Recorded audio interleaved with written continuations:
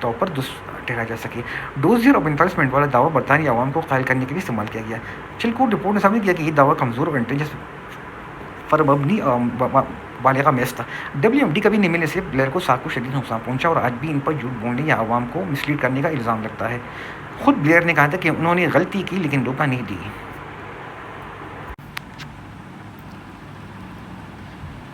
عراق جنگ 2003 اور بلیئر کا کچھ زیادہ وضاحت اور چلکوٹ رپورٹ کے ساتھ حوالے سے بیان کر سکتے ہیں ہم۔ پس منظر بلیئر اور امریکہ 9/11 کے بعد امریکہ نے دہشت گردی کے خلاف عالمی جنگ شروع کی۔ افغانستان کے بعد صدر جارج بش کی نظر پہ عراق پر تھی۔ بلیئر کا خیال تھا کہ اگر وہ بش کے ساتھ کھڑے رہے تو امریکہ کی پالیسیوں پر کچھ اثر انداز ہو سکے اور برطانیہ کو عالمی سیاست میں کلیدی کھلاڑی بنایا جا سکتا ہے۔ بلیئر کا وعدہ I will be with you whatever۔ جولائی 2002 میں بلیئر نے بش کو ایک خفیہ میمو لکھا جس میں کہا تھا کہ I will be with you whatever۔ اس وقت نہ کابینہ کو پوری طور پر اعتماد میں لیا اور نہ پارلیمنٹ کو، یعنی فیصلہ پہلے ہو چکا تھا اور باقی جواز بعد میں ڈھونڈے گئے۔ جنگ کا جواز WMD اور UN قرارداد۔ بلیئر نے جنگ کا مرکزی جواز یہ بنایا کہ عراق کے پاس تباہی پھیلانے کا ہتھیار ہے اور صدام حسین اقوام متحدہ کے قراردادوں کی خلاف ورزی کرتا ہے۔ انہوں نے کوشش کی کہ امریکہ کو اقوام متحدہ کے راستے پر لایا جائے تاکہ عالمی قانون جواز مل سکے، لیکن ایک بار بش کو برطانوی حمایت کا وعدہ دے دیا تو بلیئر اس پالیسی میں پھنس گئے۔ واپس پلٹنے کی گنجائش نہ رہی۔ عوامی رد عمل۔ برطانیہ دنیا بھر میں لاکھوں لوگوں نے احتجاجی مظاہرے کیے ہیں۔ یہ برطانیہ کی تاریخ کا سب سے بڑا امن مارچ تھا۔ فروری 2003 میں عوامی مخالفت کے باوجود بلیئر نے جنگ میں شمولیت پر زور دیا۔ بعد کا نتیجہ WMD کا نہ ملنا۔ عراق پر حملے کے بعد بھی WMD نہ ملے۔ اس سے بلیئر کی ساکھ اور مقبولیت کو شدید نقصان پہنچا۔ ناقدین کا کہنا ہے کہ انہوں نے انٹیلیجنس کو بڑھا چڑھا کر غلط انداز میں پیش کیا تاکہ جنگ کو جواز مل سکے۔ چلکوٹ رپورٹ 2016 7 سالہ طویل تحقیق کے بعد برطانیہ میں چلکوٹ انکوائری جاری ہوئی۔ رپورٹ کے اہم نکات: جنگ ضروری نہیں تھی، عراق کو روکنے کے لیے دوسرے راستے بھی موجود تھے، انٹیلیجنس ناقص اور کمزور تھے لیکن WMD کے دعوے مضبوط ثبوت پر مبنی نہیں تھے، بعد جنگ منصوبہ بندی انتہائی ناکافی تھی، برطانیہ اور امریکہ نے عراق کی تعمیر نو اور سلامتی کو کوئی پائیدار خاکہ نہیں بنایا۔ بلیئر نے کابینہ عوام کی مکمل سچائی نہیں بتائی۔ جنگ نے خطے کو غیر مستحکم کر دیا، القاعدہ اور بعد میں داعش کو پنجے کا موقع دیا۔ نتیجہ: عراق جنگ بلیئر کے خارجہ پال کا سب سے بڑا بلنڈر ایک متنازع فیصلہ ثابت ہوئی۔ اس سے برطانیہ کے ساتھ عالمی سطح پر متاثر اور دنیا میں عوامی اعتماد بھی ٹوٹ گیا۔ آج بھی بلیئر کا نام عراق جنگ کے ساتھ جڑا ہوا ہے اور اکثر ناقدین انہیں بش کا شریک کار کو پائلٹ قرار دیتے ہیں۔ امریکہ کے ساتھ تعلقات مضبوط کرنا۔ تیسرا پوائنٹ، بلیئر نے بہت کوشش کی کہ دنیا کو دکھایا جائے کہ نیو لیبر امریکہ کا مخالف نہیں ہے، جیسا کہ 1980 کی دہائی میں امریکن لیبر کو اپنا دشمن مطلب سمجھتے تھے، ان سے نفرت کرتے تھے۔ جہاں بش کے ساتھ قریبی تعلقات قائم کیے، یہ ثابت کرنا چاہتے تھے کہ وہ ایک لیبر وزیر اعظم ریپبلکن صدر کے ساتھ کبھی کام کر سکتا ہے۔ امریکہ کے ساتھ وفاداری ان کی خارجہ پالیسی کا مرکز رہی، چاہے اس سے یورپ اور اندرون ملک تناؤ پیدا ہو۔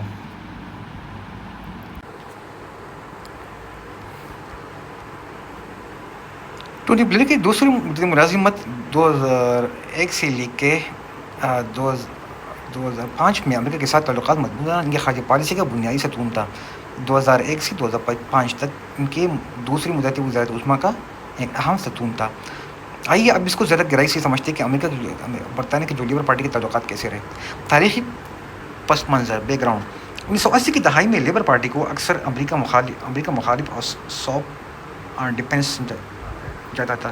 بلیئر نے 1997 میں اقتدار سنبھالتے وقت ارادہ کیا کہ نیو لیبر کو اس سے تاثر سے آزاد کرائیں گے۔ ان کا مقصد تھا کہ برطانیہ کو ایک ایسا ملک دکھایا جائے جو امریکہ کے قریب و عالمی معاملات میں اس کے ساتھ کھڑا ہو۔ نمبر 2، بش کے ساتھ خصوصی تعلقات۔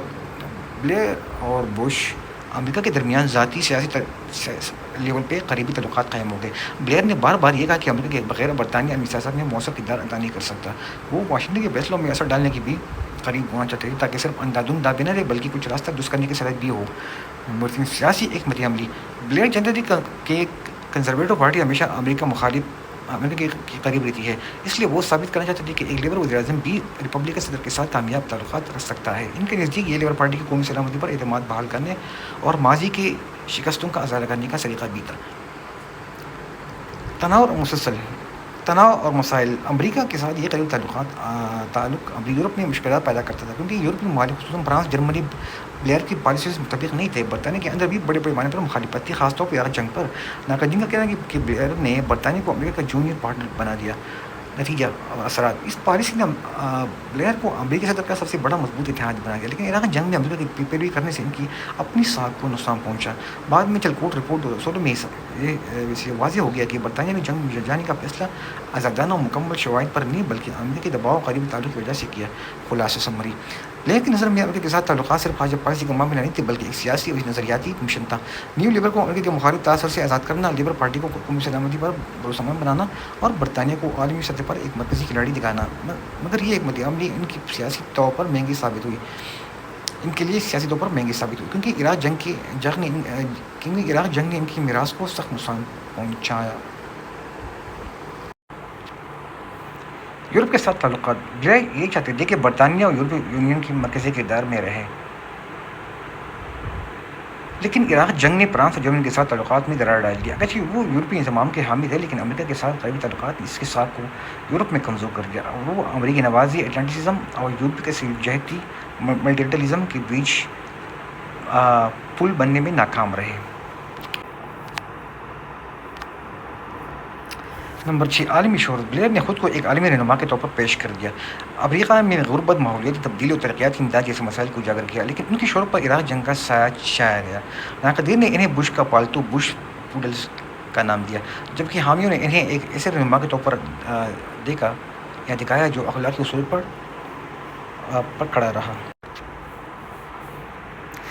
لبرل مداخلت پسندی، لبرل انٹرونشنزم کا نظریہ، بلیئر سمجھتے تھے کہ پوری طاقت اس کو انسانی حقوق اور جمہوریت کے دفاع کے لیے استعمال کرنا چاہیے۔ ان کی دوسری مدت میں اس بات پر زور دیا کہ برطانیہ کو دنیا میں فعال کردار ادا کرنا چاہیے۔ یہ پالیسی ان کی کوسوو 1999 اور سیری لیون 2000 میں مداخلت سے آہنگ تھی، لیکن عراق میں بڑے پیمانے پر اختیار کی گئی۔